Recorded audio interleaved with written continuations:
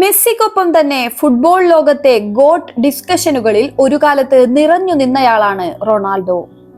കിരീടങ്ങളും വ്യക്തിഗത നേട്ടങ്ങളും വെട്ടിപ്പിടിച്ച് ക്ലബ് ഫുട്ബോളിൽ അർജന്റീനയുടെയും പോർച്ചുഗലിന്റെയും ഈ ഫുട്ബോൾ ദൈവങ്ങൾ അജയ്യരായി പരസ്പരം മത്സരിച്ചു നിൽക്കുന്ന സമയം കൂടിയായിരുന്നു അത്.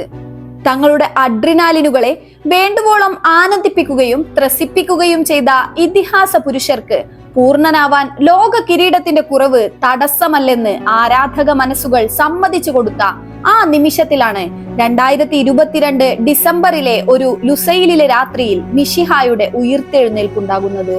കപ്പിനും ചുണ്ടിനുമിടയിൽ പല കുറി വീണു പോകേണ്ടി വന്ന ദൈവപുരുഷനും കാത്തിരിപ്പിന്റെ പതിറ്റാണ്ടുകൾ പിന്നിട്ട ആൽബി സെലസ്റ്റകൾക്കും അത് ഒരു കാൽപ്പനിക നീതി കൂടിയായിരുന്നു. പല യുദ്ധങ്ങൾ ഒറ്റക്ക് നയിക്കേണ്ടി വന്നിരുന്ന മെസ്സിയുടെ പൂർവ്വകാലത്തിൽ നിന്നും അയാൾക്ക് വേണ്ടി ചോര വീണാലും പോരാടാനുറച്ച സ്കലോണി സംഘത്തിന്റെ ട്രിബ്യൂട്ടായിരുന്നു അത്.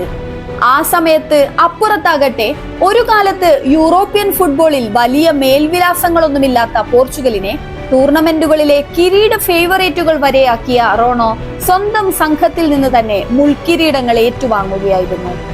മെസ്സി കനക കിരീടം കയ്യിലെടുക്കുകയും റോണോ മറ്റൊരു നിരാശാഭാരം ചുമക്കുകയും ചെയ്ത ഖത്തർ വേൾഡ് കപ്പിന് ശേഷം രണ്ട് കാര്യങ്ങളുണ്ടായി. മെസ്സി മേജർ ലീഗിലേക്ക് സോക്കർ കളിക്കാൻ പോയി. റോണോ സൗദിയിൽ ഫുട്ബോൾ തുടർന്നു. ഇത് രണ്ടുമല്ലാതെ ഗോട്ട് ഡിസ്കഷന് മെസ്സി എന്ന തീർപ്പിൽ ഫുട്ബോൾ ലോകമെത്തി. 2024 കോപ്പയും നേടി മെസ്സി അതിൽ അവസാന മുദ്രയും ചാർത്തി. അപ്പോഴും 2016 നേടിയ യൂറോ കിരീടത്തിലും 2019 നേടിയ പ്രഥമ നേഷൻസ് ലീഗ് കിരീടത്തിലും മതിവരാതെ റോണോ രാജ്യാന്തര ഫുട്ബോളിൽ അധ്വാനിക്കുകയായിരുന്നു. വിമർശനങ്ങൾക്ക് മുഖം കൊടുക്കാതെ പ്രായത്തെയും പരിക്കുകളെയും തോൽപ്പിച്ച് 40-ാം വയസ്സിൽ അയാൾ 2ാം നേഷൻസ് ലീഗ് കിരീടവും നേടി. ദൈവസ്നാനം കഴിഞ്ഞെത്തിയ അത്ഭുത ബാലന്റെ നേതൃത്വത്തിലുള്ള കാളക്കൂറ്റൻ സംഘത്തെ തോൽപ്പിക്കുമ്പോൾ എല്ലാ കാലത്തുമില്ലാത്ത ഒരു ശക്തി അയാൾക്ക് പിന്നിലുണ്ടായിരുന്നു.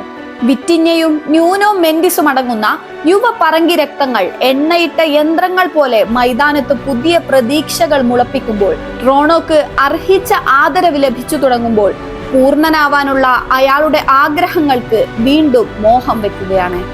ഒരു വർഷമകലെ അമേരിക്കൻ ഭൂഖണ്ഡത്തിലെ ലോക മാമാങ്കത്തിന്റെ ഒടുവിലെ ദിനത്തിൽ മെസ്സിയുടെ നിയോഗം പോലെ ഒന്നിനെ അയാളും കാത്തിരിക്കുകയാണ്.